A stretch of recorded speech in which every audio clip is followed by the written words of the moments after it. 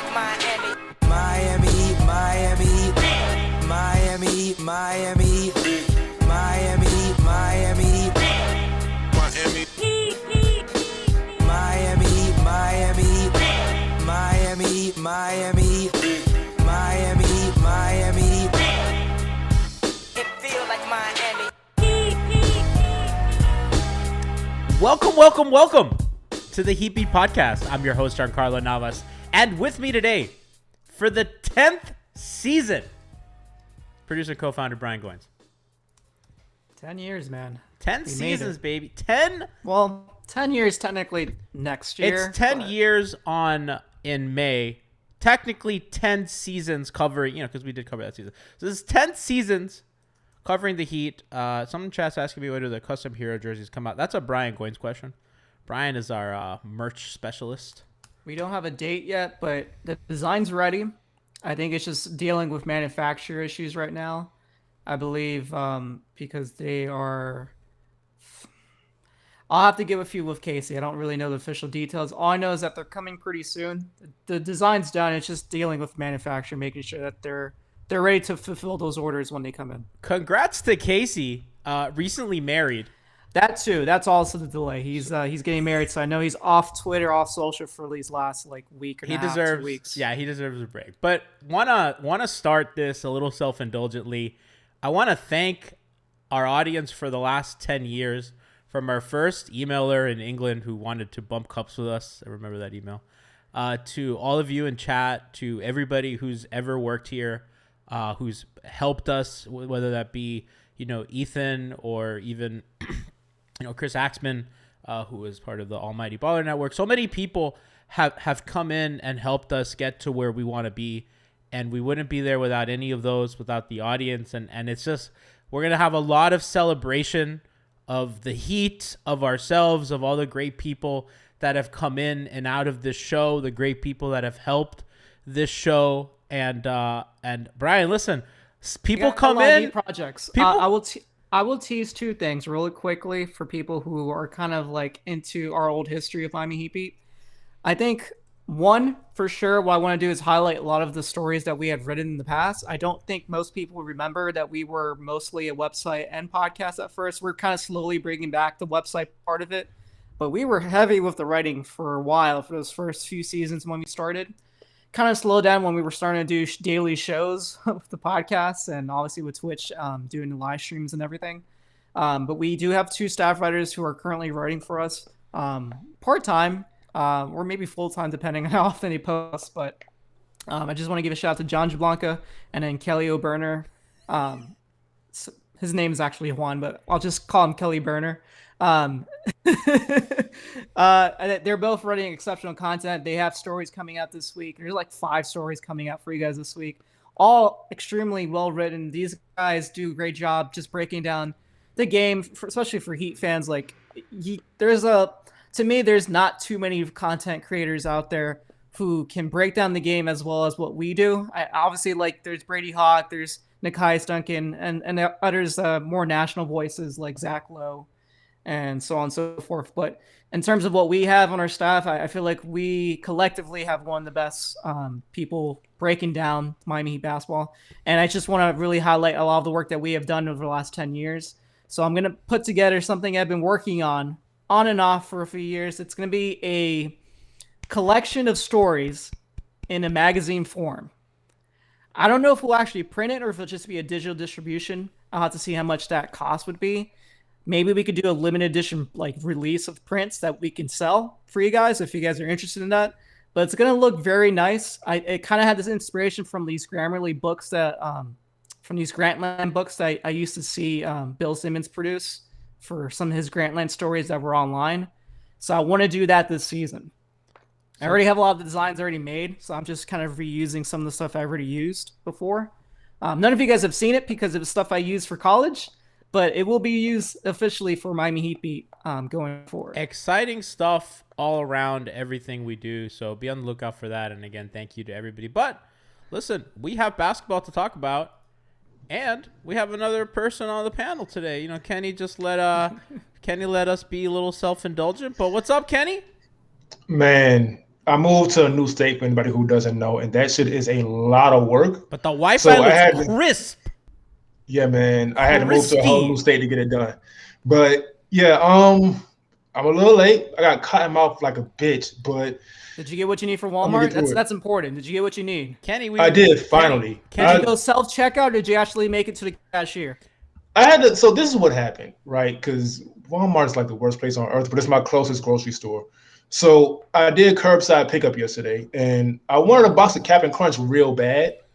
But instead of bringing that, they brought me 4 of the biggest bags of rice I ever seen. I saw you tweet that. And like, yeah, so I had to go return that before they closed, and I got my, I got my cereal, but I can't eat it till we get off. Well, Kenny, I was giving you an out. I wasn't letting the audience know that you were late.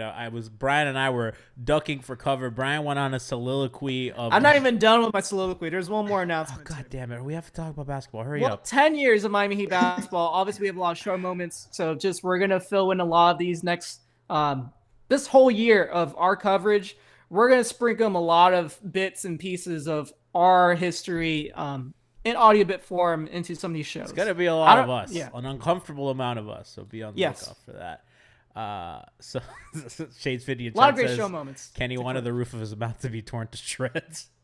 It's going. I'm about to suffer for an hour. I'm telling you. Okay. Well, all right, guys. So we have a basketball season coming up, and I am more excited coming into this season than I had anticipated. I think, listen, there's been a lot of negativity online, on the Twitterverse, on NBA Heat social media. It was even released today that the players with the most negative tweets, 2 of the top 5 are Heat players, Jimmy and Bam. I don't know how Lowry skated. I'm happy. To me, that was the only headline. I was like, oh man, Kyle didn't make it. Let's go. I mean, I must have really propped up the positivity ratings, but watching preseason, guys, and I'll start with Brian. The first game was a little disappointing. They kind of looked like they were in cruise control, which is fine because it's preseason. Ever since then, they have had an edge. They're young guys, whether that be Jovic or Cain or whoever. They've shown, maybe some of the rotational problems that we thought might not be as bad as we maybe has anticipated. And not that we should take a ton from preseason, Brian, but I think for sure that was absolutely positive. And the Yurt Bam minutes were bad, which is a big win for me because I have a $1,000 bet with Christian whether those lineups are positive by the end of the year. So for me, I'm on top, baby. Did we officially announce that bet? We did. We did on a podcast. I don't remember if it was a hangover time or an MHB, but. Well, for those who missed it, there is a bet officially, I guess now, a second officially, that we are doing a bet where Gianni, what do you just have to pay him $1,000 in what? Like Bitcoin, what? No, just 1,000 cash. I don't have Bitcoin. Who do you think I am? I know Christian's all into that. Yeah, I'm not. Listen, I live a humble life. Okay. Well, I think personally, like that first game, let's just go back to what was happening at the time. So obviously the Dolphins were doing really well. I'm wearing my Dolphins hat. They were 3-0 at the time. That first Heat game was kind of like, okay, I'll watch the game. And when they lost and that the game didn't look as exciting as I was hoping for a preseason game I expected from the Heat. I can't remember, the one last season, that was the game that Caleb Martin showed out. And I remember watching part of that on the plane coming back from San Diego. And it was an amazing game that we were watching just because that team, we wanted them to come out with the new pieces with PJ and Kyle and just see something that looked like a breath of fresh air compared to how they ended that season before where they got swept in the first round. So obviously, to me, going into this season, I'm still bittersweet by the end, or not bittersweet. I'm just still bitter about the way that ending happened with this Game 7. I can't get over that loss still. It's the worst loss for me. I still can't watch footage, highlights or anything. I can't watch Max step out of Alabama. I definitely can't watch that Jimmy shot one more time. That's for sure. Jimmy earned that shit. But yeah, I mean, fuck, man. But to me, I feel like this first preseason game was kind of a letdown. And then ever since, I saw something switch with this team. And I don't know if it's because of the young guys like you're mentioning, but I feel like we're starting to see what this season could become without PJ in the lineup. And I think that was like our biggest concern going into it. It's like how we're going to fulfill his role. And I feel like we have a good idea of what's going to happen. Kenny, I think Brian hit the nail on the head, man. I know that the PJ loss is significant. I think that people are making it way bigger than it needs to be. I don't know if you guys saw the 538 model had the Heat with the fourth best record in the league. Only behind the Sixers, the Celtics, and Suns. And that was adjusted with preseason games too, by the way. So obviously the models aren't going to see PJ Tucker leave and be like, well, that's not that big a deal. Obviously he contributes more. I mean, the models are pretty advanced. Obviously he's more than stats, but they look at the lineups. That's what they're doing. Yeah, they're they look at the lineups and stuff like that. But I don't know, Kenny. You know what? They made me feel good. They made me feel a way that I didn't think they can make me feel in games that didn't count. Yeah, and so I'm not the hey, I was right, look at me guy, but I am. Yeah. So I'm in my second season with Heat Beat. I think by now people kind of should pick up on. I always sound crazy until I don't. And so when PJ left, I did say, hey, Caleb could look good at the 4. He could bring some stuff that PJ couldn't. The offense can be better. He's effective from more places in the corner. He can attack those closeouts. He's not as strong of a defender, but he is a very versatile defender. It could look good. And I was also high on Jovic. I didn't know he would be this good this fast. I'm going to be honest. Killer! So I saw the tools. I figured, hey, mid-season he'll probably earn some stuff, but the stuff he showed in the preseason is just wow. And so I didn't have too many worries this offseason. And now I'm excited. I'm like, hey, let's go, because I don't see any issues. Well, I think the biggest complaint from the whole fan base was that they felt like this team didn't do anything to improve this offseason. Instead, they just got worse. And I feel like we're seeing the opposite. I feel like letting PJ go might have been a good catalyst for them to, start doing different stuff with that lineup. Because I feel like Spo, with PJ, he was kind of hamstrung with just having him in the corner offensively. And I feel like this team's identity is going to be more offense and defense oriented. Yeah, but you know, and I don't want to do this much this year, but Heat fans' idea of getting better is getting a Hall of Famer or nothing. Yeah, that's true. Does Melo count? It doesn't help when you're after KD and no one gets him. But yeah. That's the thing, bro.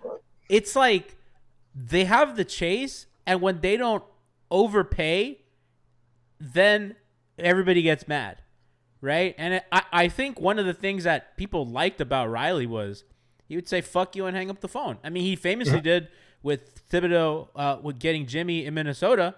Yeah, he hung up the phone and said, "Fuck you, call me back when you want to be serious." And Pat got his man. Pat got his man for about what he offered. It was like KO, a pick, and J Rich, and that I mean, essentially.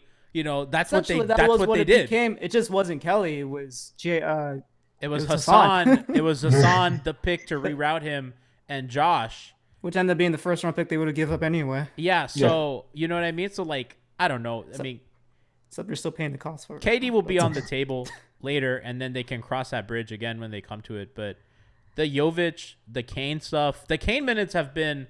I know the Jovic minutes are a lot. I don't even know what people look at more positively, but I thought both of them were just incredible and two guys you can slot in. Caleb at the 4 looks good. Absolutely. Starter. I said it. He's a starter. The Pelicans match was one that you look at and you say, okay, that's a place where you can see that Caleb gets exposed a little bit, where they're smaller front line. It didn't. And I think that, if you play a playoff team, that'll change, because then, you can key in on certain things and you can attack certain matchups a certain way. But for 82, I think they'll get through it. Maybe that's presumptuous of me to, again, say off games that don't count. But if you can switch, if Bam and Jimmy are what we think they could be defensively, and if you are so switchy, and if you can not get absolutely murdered on the boards, which Lowry is a great rebounder because of how physical he is down low, boxing out. Jimmy, good rebounder. Bam, obviously good rebounder. Caleb, athletic. And then as long as our other guys, not being Duncan Robinson, I love you, Duncan, but, God, go box out sometimes. I think, we could be cooking with some oil, guys. Yeah, that's so I like to look at as wide of a scope as possible. That's another reason I wasn't so concerned about it because Caleb in general last year was a really good rebounder. And so and not even only just him. Yes, the front court is going to be small. They may have trouble rebounding, but when you think about it, they switch everything anyway. And so the bigger guys would probably go on the perimeter when the shot goes up. And when you think about it, like you mentioned, Kyle's a great rebounder for his position. Tyler does not too many guards out rebounding him as well. And so as a unit, they will probably be able to hang with rebounder. Now, I will say you probably don't necessarily want your guards banging too much because they could take a toll on them after a while. Yeah. But, I mean, just overall with the roster, they have a really good rebounding team. And so, yeah, they will be small, but that's not like live or die for me. I think they'll be fine. Like, they're competing for a title, and I think if you say, well, they have a good team, maybe they have a tough fought second round out. Yeah. I think that their ceiling is higher than that for sure. I think they have a lot of variance, Brian. I think that they're a team that could lose in the second round, and they're a team that could go to the finals. And I think whether you believe that PJ, because like whether you feel a certain way or not, like that team, that team was good enough to make the finals. That I don't think you can't argue that. I think they maxed out with PJ last season. Like if they brought him back, that wasn't going to be. Everybody would have been mad too. Everybody would have been. I feel pissed. like that's what people were basically wanting, but it wasn't going to reproduce the same results. They needed to switch something up. We don't got to relitigate that offseason because we've done enough litigation of all the events that occurred. But they still have that variance, and if guys like Bam improve in a way that you think, if Herro improves, if Jimmy and those two guys, it's really. I mean, Jimmy, we know what he's going to bring in the playoffs. Jimmy got to save it for the 16 games at the end when it counts. But those two guys, and same with Kyle too. If he can be healthy, like those three guys, is what's going to make or break this season. That's really what it comes down to. I feel like they have enough wing defenders right now. Like adding Jamal Cain, and they'll eventually make him give him a standard contract so he can stay on this team, go into the playoffs. But I feel like he's another wing defender that we weren't expecting to have on this roster, and kind of like the same fashion what happened last season with Caleb. Like we found somebody else that can. I feel like he's a better defender than offensive player, and he's going to become a good offensive player just by the way he just like cuts. Like he's amazing at like just knowing what to do off the ball, and we need more players like that. I feel like this team has enough ball handlers as is. They need more of that. They need diversity. Shooters. Rim players like Caleb was exactly. Really good at. And what's great, like he has the athleticism that we need on his team. Like we lack athleticism, and he adds another element to that team that we don't have much of. The other thing about this team is, so compared to last year, they have a lot easier of a time putting some salary together. Yep. Victor Oladipo, $8.7 million. Caleb Martin, $6.5 million. Dwayne Dedmon, $4.7 million. Obviously, Duncan Robinson, about $17 million. And then you have the bigger Kyle at 28. Jimmy and Bam, I imagine, don't move. I imagine Kyle doesn't move either. But, you start talking Duncan plus Dedmon, you're at 80% of Draymond Green's salary to put it, to kind of give you a figure. Now, I'm not advocating a trade. It's something we talked about in the chat, and I was just curious if something like that worked. But you get to big money with Duncan Robinson plus Dedmon, Duncan Robinson plus Oladipo and like you now all of a sudden, Brian, you're playing with a full deck of cards at the trade deadline with picks. They have options. Basically, have the small salaries to make that move, similar to what they did that year where they landed Jay Crowder, Solomon Hill, and Iggy. They have enough pieces to do something similar to that. I think that's probably more likely going to be the kind of move we expect around the trade deadline. Unless there really is like some sort of all-star whoever disgruntled player might be out around that time. I can't really foresee who that player would be, but they have the flexibility to make any of those deals work. What's their pick situation? They have. That's the only thing that is kind of still lingering, just part. Depending on what happens with what they can do with OKC. I don't know what kind of conversations they had. How many picks? They might have right something lined up. Huh? Have. So right now they have this year's coming pick, 2023. Then they have one, I believe. So the one that they have that's going out in 2025 has. It's conditional, so it could become a pick that thing's still conditional. Yes. It was conditional. So it was conditional for this season. And then it was going to be conditional for 2024 and then 2025. Yeah, fucking me out of that. So it could have been like 3-4 years of drafts that basically we couldn't trade, like an actual like unprotected pick. So what they did with that KZ trade last season was like, okay, let's push this to 2025 instead of 2023.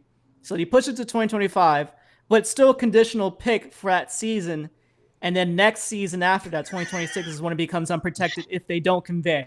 So it's still hold up by that really 1 year, but it's technically 2.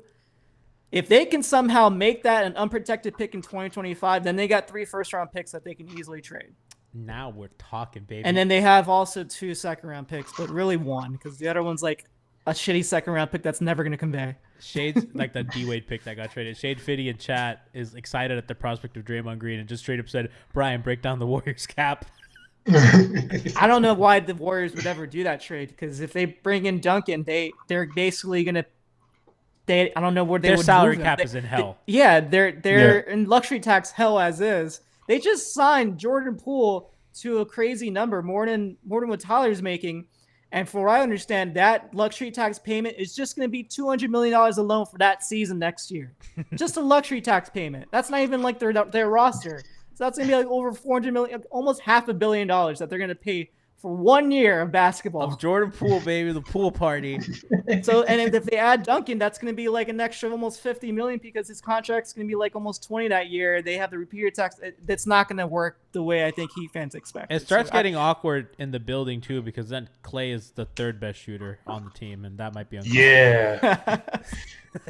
And like let's just like, if it's 2016 Draymond where he's knocking down threes, hell yeah, I'm all for it. Yeah. But No, the now fit's it's not just good either. I don't even want to. I mean, we've talked enough. Yeah, we don't have If to it look do bad in that. the Olympics, it's going to look bad here. We've done so many shows on what Draymond would look like on the Heat. We don't have to do that again. You can go listen to some in It's the not chamber. happening. Yeah, it's probably not happening. But The only way it happens is if they trade Bam, which isn't happening here. So it's not happening. absolutely. So what we have is a team that I think is really good and is going to compete for titles. I saw today, by the way, and I want to talk about what you guys think Bam's season is going to be, because ultimately he's going to be the biggest. I think he and Kyle are going to be the biggest ceiling raisers. What kind of season do you get out of both those guys? The other things on the margins, like what they do at the 4, I think Jimmy's going to be what Jimmy is. I don't really think there's much variance there. But, I think Bam, and I think we kind of expect what we're going to get out of Tyler. I expect a little bit of an improvement, but at the end of the day, it's going to be a scorer and a little bit of ball handling. But, Bam in particular, I think his improvements are what's going to set this team apart kind of in the turn for a title. I saw today that, he wasn't voted by the coaches as one of the – That's the dumbest shit ever. That was the Athletic that put that out. Can you tell what happened? So it was like a poll of, I think, 13 to 16 NBA coaches. So it could be assistant coaches most likely. And like I guess they just put together a list of what was that? Sideswiped assistant. Because what fucking head coach would not put Bam as their fucking first team All NBA pre? It's like, fuck you, Lawrence Frank. Let me read the list. So the list is so stupid. Like, the list is guys who are better defenders than Bam. Like, they have Rudy Gobert, Draymond Green, Marcus Smart, maybe. No. Giannis, Okay. and then I'm missing Arguable. Arguable. They can have Giannis. That's fine. I'm not gonna die on that hill. But the Marcus thing's funny because, like, how many defensive players? I mean, Rudy's another one. How many defensive players of the years you see get fucking hunted in the playoffs? That was the biggest dick move energy by Jimmy Butler. He's like, give me Marcus Smart, put his ass in the fucking blender. Yeah, I think Kenny, man, going at his chest, knocking him over, him flopping all over the place. And Jimmy's a grifter too. It's like grifting versus grifting, and offensive player is always going to win that grift. And Marcus flying like a dumbass, Jimmy taking them for a ride. Absolutely embarrassing out of your defensive player there.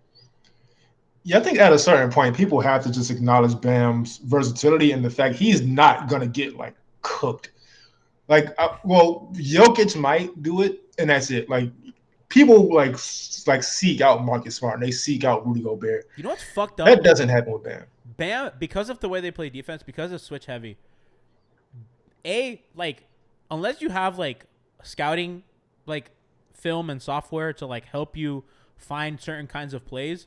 If If you go to NBA.com, you're not gonna find a good Bam defensive play on a switch, right? You can find blocks and you can find quantifiable stats, and that's what people like. So like the highlight plays and shit like that, and just what you can find, especially like the media controls narratives. A lot of what the media can write about, what's accessible for bloggers and stuff like that, and that stuff crafts narratives. And then you have a guy like Bam who, unless it's like us or Brady or like Wes Goldberg, like one of us dumbasses that really care about this stuff, or Siobhan is like, look, Bam defended all 5 positions, and then they took the turnaround jumper. Nobody cares about that, but that's the stuff that wins games. It's not blocks.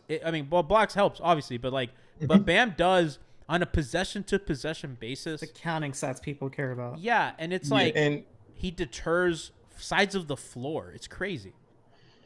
But this is, and I've been saying this for a couple of years now. I feel like if it's your job as a national person to watch basketball, and like in the past 26 years that he'd have missed the playoffs, 5 times? Like, at some point you're gonna have to talk about them. Like, just watch them. Just watch a few games and like see what's happening. They never do, bro. It's so obvious. It's so not difficult. It's not a difficult job. Are they like boring to people? I don't get it.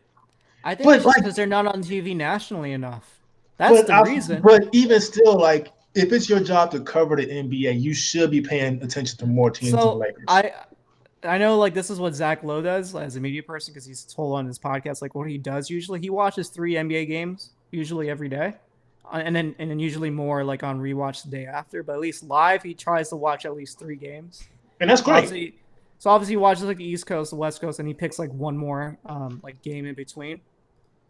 So I think that's what most media people should do, and they probably don't. They probably just watch their team that they grew up watching and then the team that they cover. And that's usually it. So, like, the teams that end up watching the Heat or end up voting for the Heat are going to be most of the guys that, live in Miami. And we don't have enough people in the voting scene, unlike the people that live in Los Angeles or Boston. Like, they have most of the media voters. Yeah, we don't even have a guy at Athletic. That's where they're based mostly nationally, and New York as well. I think that's the big reason. Like, we don't have enough people in Miami that are voters. And I mean, if you think about it, like, I feel like there's only maybe a handful that are just covering newspapers in Florida. We got Ira, we got Barry, and we got. I don't even think Ira has a vote. I think it's Tim Reynolds. If it was up to Jimmy, it looks like. And maybe like Greg Cody or something like that. I don't think Greg Cody has a vote for the. I think he's the one that gets the vote for Miami Herald. If not him, then Barry. I think it's Barry because they have the most. I can double check, but I think it's Barry for sure. I know it's Tim Reynolds for sure. No, yeah, Reynolds. Maybe Anthony. Maybe Anthony might have one. I think it's Anthony. I'll pull up the That'd be cool if you did. I'll pull up the voter ballot. While you pull that up, I forgot to list the last name on this. 16 anonymous NBA coaches voted in the Athletic poll. Anthony Chang. So this is their preseason all defensive first team. It was Marcus Smart, Drew Holiday was the name I was missing, Giannis Antetokounmpo, Draymond Green, and Rudy Gobert. I'm fine with Draymond. I'm fine with Drew. I'm fine with Draymond. I'm fine with Drew, and I'm fine with Giannis. The other ones, no. Anthony Chang is the Miami Herald vote. Okay, there we go. Barry Jackson and Ira do not have a vote. Why don't we have a vote? I don't know, but let me tell you something. Heat Life for Anthony Chang, the puppet himself, for Defensive Player of the Year, voted for Bam first, Rudy Gobert second. We need to have him on to talk about that. How are you voting Rudy second? And then for some reason, Jaren Jackson Jr. third. Well, actually, voting Rudy Gobert second actually probably helped Bam in a bit because, like, where did you vote Marcus Smart? He did not vote. Right. He voted. There we go. That helps Bam. Yeah. So. But I just feel like if it's your job to cover the NBA, you should watch the NBA. It's not a difficult job to do. No. So congrats to Anthony Chang for us learning that he has a vote. That's fun. See, like, fucking David Aldridge didn't even vote Bam top 3. Voted Jaren Jackson and Mikal Bridges. So did Sam Amick. What the fuck? Yeah, so did Sam Amick. Kevin Arnovitz. I'm disappointed in you, Kevin Arnovitz. Rudy Gobert, Giannis, and Mikal. Come on, man. Come on. Bontemps too. Bridges. You motherfuckers. Mikal Bridges is a really good defender, but, like, come on. I'm just getting mad. Give Bam some respect. Give Bam some respect. See, our guy Dan Devine from The Ringer did vote Bam. That guy's a lifer. That guy was one of the only people writing about the Heat all season. That's the other thing. Like a lot of these people that are national don't even like write anything about the Heat to begin with. So like they're not even going out of their way to like just watch a game just to write a story that. It's usually like fluff pieces. What these people usually write too. We need to get Nikai's vote.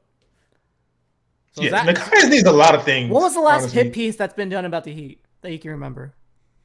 Whatever the basement's doing.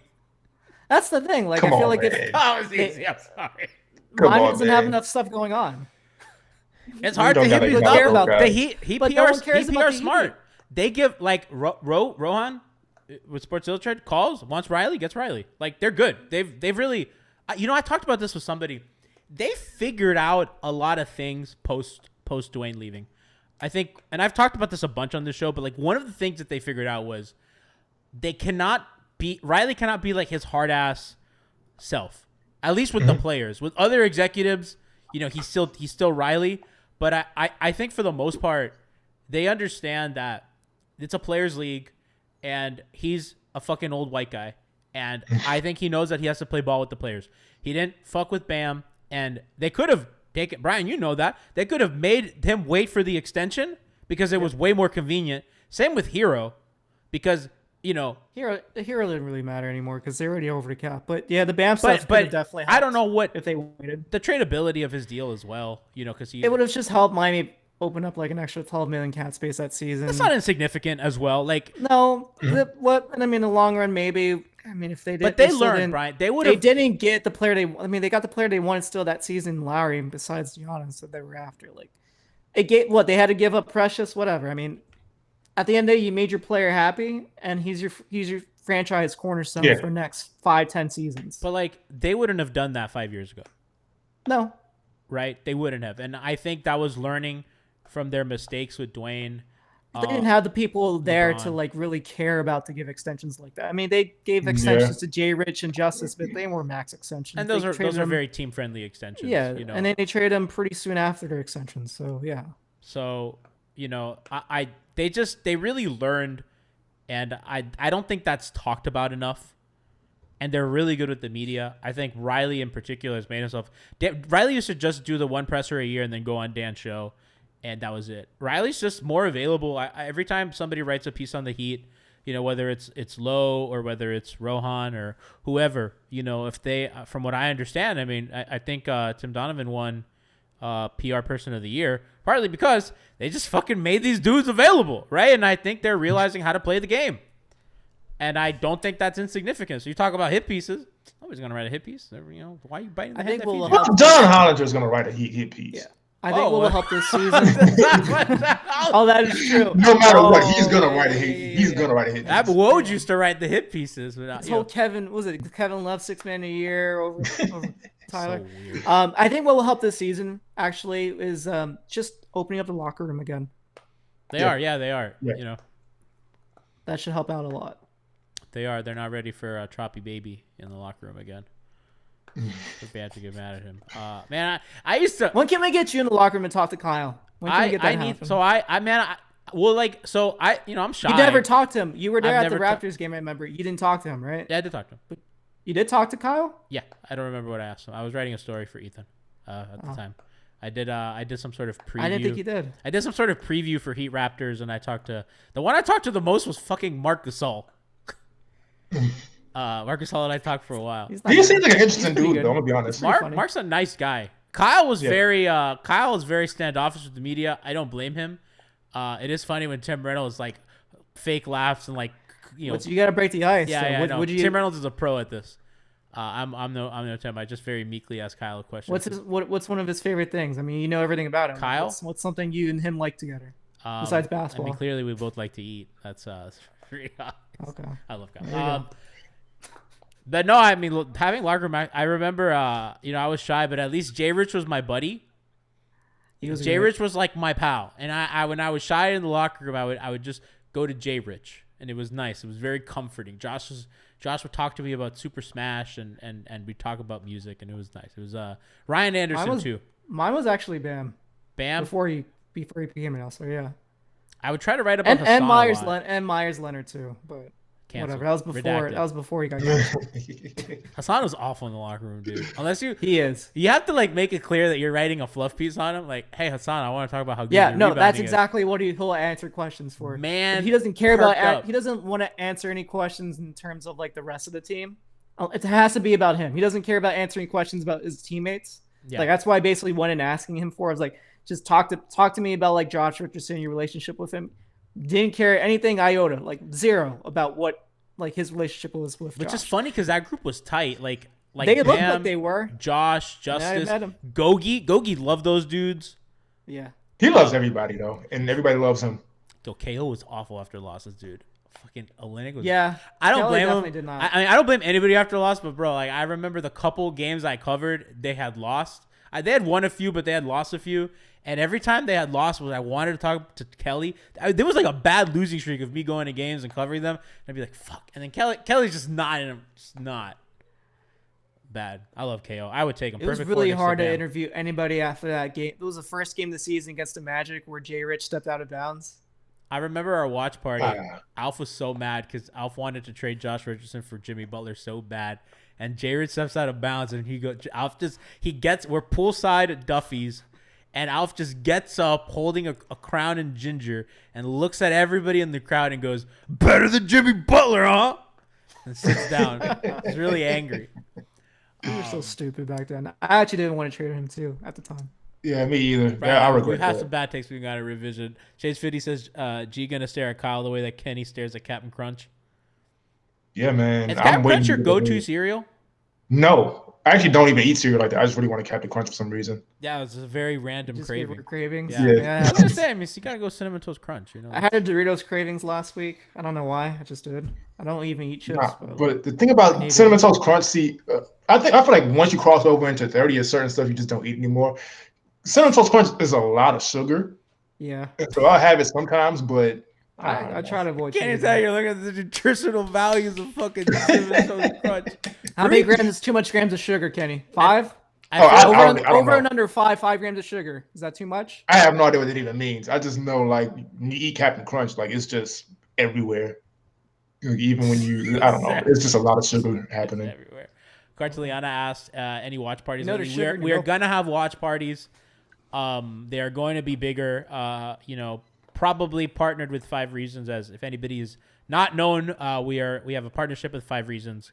This season, we're going to be appearing. We're going to have a lot of cross promotion on each other's shows. Kenny's going on 5 Reasons post game show on Saturday. Tiff is going on Friday. We have a special 5 Reasons guest host for Hangover Time on Wednesday. So we're gonna have a lot of fun with that. Kind of, before we close out the show, because I want to talk about Jovic more seriously, and then we're gonna get out of here. Reminder to everybody: Hangover Time, the post game show, it's gonna be on once a week now. Alpha has a baby. It's hard, Hangover Congrats Time's to him, loud. By the way, It's congrats like to them. That was Congrats good. to Alf and Alf's beautiful wife. The baby looks beautiful and wonderful and healthy and great. But for a little bit, for this season at least, we're gonna be doing one hot a week. Don't worry, we're still gonna be doing game day coverage. We got we have a new pregame show, pre-gaming with Kenny and Frankie. So that's debuting, with all its fun imaging and everything on Wednesday. You've seen them a little bit. And I'm going to be doing a post-game show on non-hangover time days. Not this week, getting settled. I have visitors coming into town. Unfortunate timing with the NBA season. But, I'll be on Wednesday, and we'll get you coverage and stuff. But just the first week, we're just going to do one hot, and we're going to do our normal pods. But, pretty much going forward, we're going to have one hot a week. We're going to make announcements, well in advance. And so you guys can know and kind of be aware of everything that's happening. And then we're going to They do are our... gonna be bigger and better. Yeah, they're going to be... That's for sure. we envision the Tonight Show, and that's what we're aiming for. We're going to be the fucking Tonight Show of sports coverage on twitch.tv/MyAHP. So be on the lookout for that. People are asking if you kicked Weird Alf to the curb. Weird Alf kicked us to the curb. Yeah. Yeah, Jack goes to the beat of his own drum. We love Jack. Shout out, good luck to Jack. Got busy with a lot of work and stuff. So and the time zone change, living more on the west side of the country made it difficult to kind of get out of work and host shows properly, and it was very difficult to prepare. So everything that Jack gave, you don't understand how difficult it was for him to, kind of do a pregame show for sometimes games that were starting pretty much during his work hours. So guys, he was Herculean job by Jack, but Kenny and Frankie are going to take over. And I think they're going to do a great job, better than I for sure can do. So that's kind of what's going on.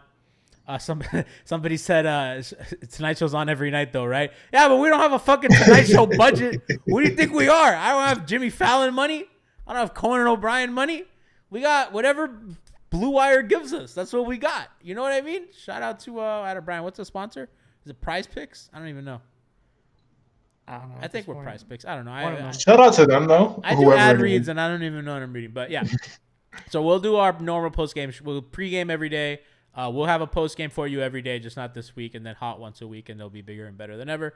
We're going to be doing so much cool shit. Brass has really cool stuff on the horizon. We're going to roll them out slowly as part of our 10-year celebration. So all that good stuff. New segments, a lot of new segments coming up this season. So much good stuff. So, boys, Jovic, the killer. I don't know what we got to do with the Tres Leches nickname. I don't know if we got to kick a leche out. We can't really do cuatro leche because the fourth leche is like a dulce de leche, which is a more caramel. So I don't think we could do that with Jovic. So we gotta think of a new name. But Kenny, I'll start with you as we get out. What has impressed you the most of Jovic, and how do you see kind of his impact in the 82 long term, and for the 16 in the postseason? And so I will start with, so in Summer League, I understand he wasn't getting the ball like that, but even still, as far as rebounding stuff, he did look a little nervous and timid. He wasn't really getting after it.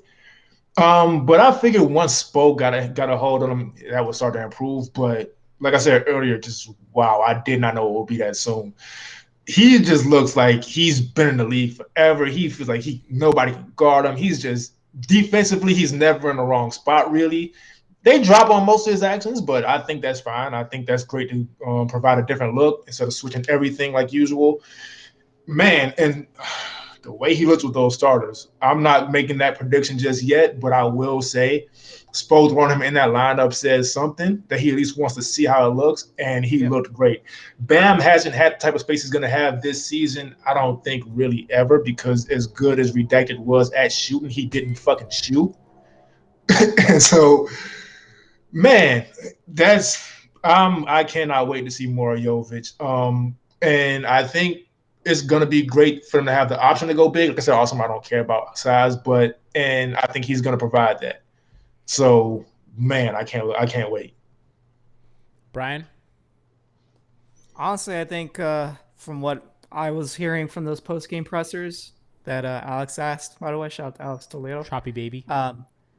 It seemed like Jimmy and Bam are super excited for the potential of Jovic. They obviously are hyping him up with those few minutes that he did play at the starting lineup that last preseason game of the season, and it looked good out there.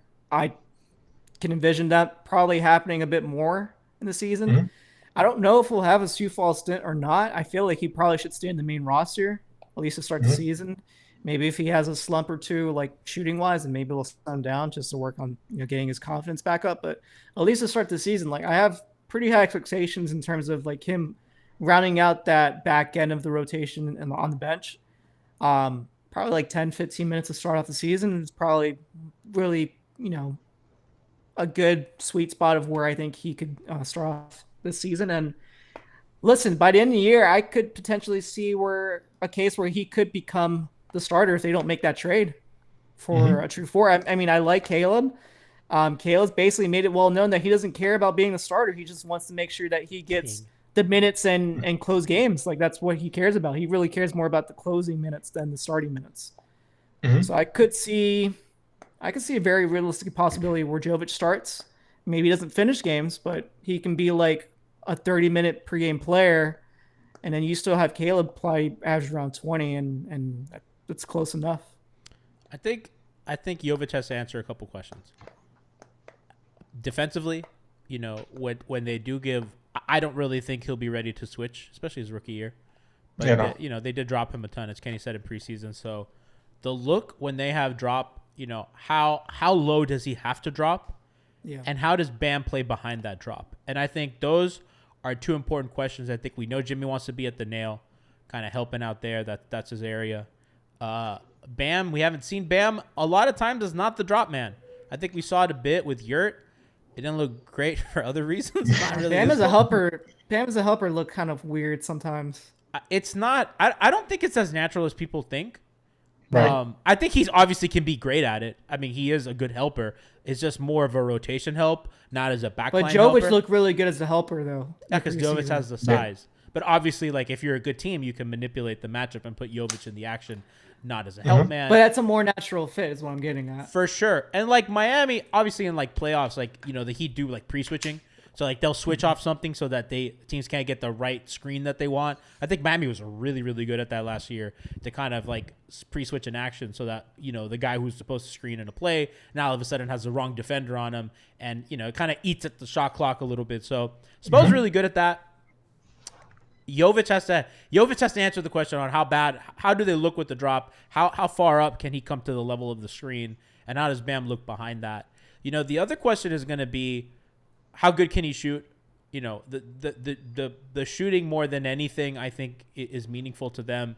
They're a team that already hemorrhages space, whether that be as a spot-up guy in the corner, whether that be as a handoff man with Duncan, because now if he's a legit shooter, you can't throw two at Duncan because if Duncan flies off a handoff or Max or Tyler, if you double off that and he holds the ball, well, now all of a sudden, now you have a shooter with the ball that's open.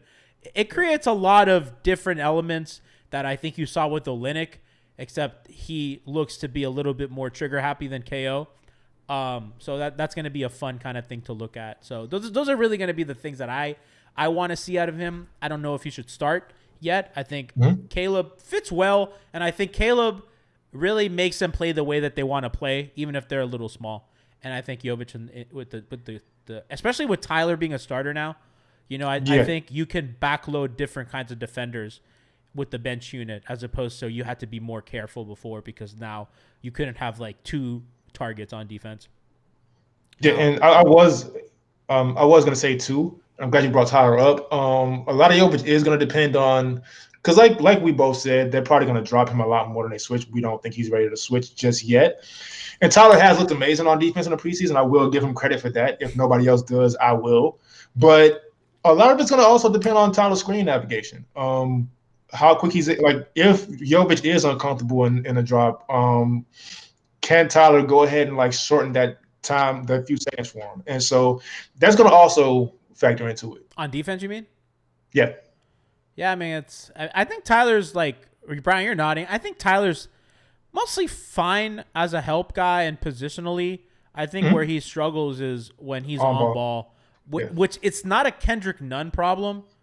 It's more of a like, they too small, Ernie. And he's just not strong and he's little. Like Kemba. Like when Kemba got cooked, it wasn't because Kemba's not out here trying. Yeah, but Kemba's like 5'11". At least Tyler has some size. It's just his but his the wingspan's arms. And again, I do want to point out again, Tyler is stronger now. He is stronger. He has looked better. He has stood his ground a lot more. And so we'll see. Alf said his newborn baby has longer arms than Tyler Herro. Come on. That's wait. That's big if true. Brian, did you have it? I should have ended the show there, but I wanted to give you time to give closing thoughts on Jovic. Closing thoughts on Jovic. I think my expectation is I feel like he'll be first team all rookie this season. Wow. And if he doesn't become that, it's because he just wasn't ready to, give you steady minutes at the 4. But I think he's gonna be a rare rookie that actually gets minutes on his team. I think Spo realizes that he probably has a lot more because he played overseas professionally. Like this guy has more experience than a typical NBA rookie. European guys are just different. I'm gonna ask you, and then I'm gonna ask Kenny the same thing. Because when you gave the all first team prediction, do you think Spo's gonna win Coach of the Year? Do you think Bam's gonna win Defensive Player of the Year? And I want you to give me a range for the Heat seeding. What do you think? Kenny, I'm gonna ask you that once Brian got it. Ooh, that's a good one. I was thinking about this actually the other day because I don't expect them to finish first. If they did, absolutely Spo is Coach of the Year. There is no like if, and, or buts. Like it has to go to him. I still think Spo can get Coach of the Year if they finish as a top 3 seed. and I think they will finish with a home court seed. I don't think it'll be 4th. I think, depending on how Boston looks, because I have no idea what they're going to look like with their new coach, and I haven't watched much of their preseason, especially without Robert Williams in the lineup. But I expect them to take a step down. I expect Milwaukee to probably take a step up, although Middleton's going to be out for his first week or two to start the season. And then who else is out there? Sixers, Sixers. Yeah. Toronto. Somebody's also gonna pop. Somebody always pops, and somebody always. Cleveland could be that team that pops. Is what I'm thinking. I saw some people having Cleveland as the 1 seed. I was like, on what planet? I don't expect them to be 1 seed, but would I be surprised? No. I just don't think that I don't think they're going to be ready to win that many games their first year. I mean, they're still really young. That team is really young. Brooklyn too. They're going to be in the mix. I mean, I don't think Brooklyn. I talked about it.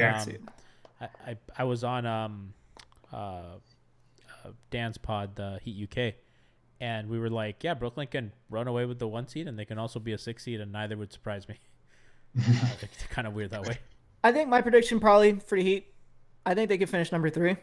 Okay. I think maybe high would be 2. If they finish 1, that's above my expectation. I don't expect them to finish 1, but I think number 2 or number 3, most realistically probably 3, which is fine for me. I'm at 3 or 4, but so I don't. I think 3 would be awesome. That's a pretty good sweet spot still to like not have to worry about the playing games, because I think that messed up with that whole waiting to see who their first round opponent was. Like I hated that. I don't want to go through that again. It does suck. I mean, I guess it didn't matter because they made the Hawks, they embarrassed Atlanta, but and then I mean, really the home court seating, it didn't really help with the Eastern Conference Finals the way I thought it would. So, all right, Kenny. Brian. So Spo, I think he would be coach of the year. If and not Bam. him, it's probably gonna go JB Bickerstaff if it's not him. And Bam. He better win Defensive Player of the Year. I think it has to go with somebody else this season. Gobert already had his time. Draymond's had his. I don't think he's going to finish the season healthy anyway. And who else? Marcus Smart already got his. There's a next guy in line that has to be Bam. And if Miami finishes the top 3 seed Process again, of elimination. Oh, I like he Chad. just has to play. Well, he has to be healthy this season. Chad had a really good down to one. that. Estee Lauder is Hero All-Star ? I think that's a good question. Ooh, that's a good one. I don't think he maybe. gets it. Does Miami get 3 All-Stars? Because No way. you're basically assuming that Miami would have Jimmy, Bam, and Tyler. Is that where I wouldn't count it out. I would. I'll say I Unless would they're the count 1 seed, I would. The thing is So that they have that goes with my there's too many. prediction. There's now too many good guards in this East now You know with how it Donovan Mitchell goes. here. It's gonna be Mitchell, Harden, Kyrie. And then if you Kyrie's play- gonna be Kyrie's playing gonna be help. back in the mix. Ben Simmons Yeah. is gonna be in that mix, whether or not, however you feel about him. Probably not, unfortunately. I think the East is tough. How many points would we have to average to even really be considered? 25. Yeah, right. Maybe as a sub, an possible. all-star sub, I could see that happen. Well, I don't think Van Vliet's gonna make another one, but he'll be in the mix. You know what I mean? Whatever Scotty Barnes becomes, that's gonna be kind of. I don't think Darius Garland's gonna make another one. That's my hot take. Yeah, because they have Mitchell now, so this is kind of swap it out. But a lot in these. All right, Kenny, close us out here. Yeah. Where do you have them? Your thoughts on Spo Coach of the Year? Your thoughts on Bam Depoy? And I'll add that last question also. That is a good question. So, Bam Depoy, I feel like it's going to be like every year where he absolutely deserves it, but I just don't trust the voters at this point. Shit's gonna kill me, bro. They can't keep getting away with this. I just don't trust the voters to look that closely at the game and really see what he's doing and appreciate it. We gotta have more. but he'll More of these deserve voters it. on. We gotta get Yeah. Nikias a fucking vote. This is what we need to do. This is what we need to do. You have that list, right? We gotta get What we're Brady gonna do Hawk a is- vote. We gotta give Nikias a vote. We gotta get one of us a vote. This is our goal. This is our goal for this season. We're gonna help Bam get Defensive Player of the Year by having every single player that was on that list that you have pulled up that has a vote. We're gonna try to have them on the show, and we're gonna campaign for them by having them on their show, Let's put their ass on showing them. trial. That's Yeah. a great idea. highlights. That's a great. We'll flip voters. We're gonna man. That's boots to the ground. Boots on the fucking ground. Use our influence for good. Yeah. Yeah, so I feel like he'll It's not like we don't absolutely. do charities and different things like that. This is but- more important. Yeah. Raising $10,000 for an LGBTQ organization, yeah, that's fine. Getting Bam Defensive Player of the Year, baskets for babies, infants, Why not both? whatever. Getting an NBA player an award, That's all that matters. Yeah, so I feel like he'll absolutely deserve it, but I don't know if I trust the voters. Spo Coach of the Year, again, it's up to the voters at this point. Maybe because I feel like a lot of people may feel like they may finally feel like they owe him one, and that's how Monty Williams won last year, and they just owed him from the year before. The runaway 1 seed. Yeah, I mean, they Yeah, deserved it. yeah. So I mean, we'll see. Where the Heat can finish, I don't think they're gonna finish lower than 2. And Really? I'll explain why. Whoa, let's go. Kenny has the fucking All butt. right. I'll explain why. Brooklyn has the talent, great. They're a shit show, and teams with that much going on, they don't just recover and win a whole bunch, no matter how talented they are. Cleveland, their guard defenders. I understand Evan Mobley's elite defender, Jared Allen's an elite rim protector. They have a very weird small forward position thing. Isaac Okoro is a good defender. He is also 6'5". I don't know how that's going to work. Larry Nance away. Yeah, and they are very, very young, like Brian says. I don't know if they're going to finish above the Heat. The Bucks are who I would predict maybe one, if not the Heat. And then Boston, so much of their success last year was Ime Udoka, and I feel like a lot of people kind of overlooked that. Whoa. Just as far as that team, They started off really bad. They last started year. off started like really dog bad shit. until they bought into him.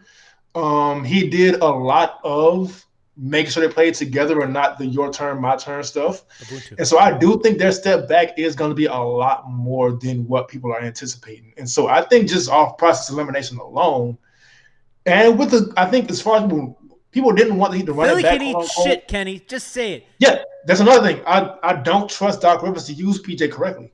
I don't trust any of those people. I don't trust Embiid. I don't trust James Harden still looks fat as fuck. Can we put that out there? If we were the old podcast we used to be, that would have been the episode. Yeah, so I just don't. Just looking around the East, I don't think there's many teams that are going to be better than the Heat. The Kenny, only team all that the scares me fucking is the boats Bucks. are burned. Kenny went to Coconut Grove and fucking lit all those fucking boats on fire. Every marina in Miami is on fucking fire right now. Even though you're I just don't trust the other teams in the East really. I think will that's say what I this- was saying. So that's what I was saying. So people did have the questions about running it back, quote unquote, but I feel like continuity and the importance of it gets lost. And so this team is very used to each other. Again, I love PJ, but there was some stuff he held them back with also, especially with the offense. We saw how horrible the offense looked a lot last season. I don't anticipate that being the case this year. And so, I mean, 2 seed at worst. That's my prediction. Shay Suzy says, "How about the Knicks?" See you on Wednesday for pre-gaming, for hangover time, and the official start of our 10th season covering the Heat. We love you guys. We have so much more to come.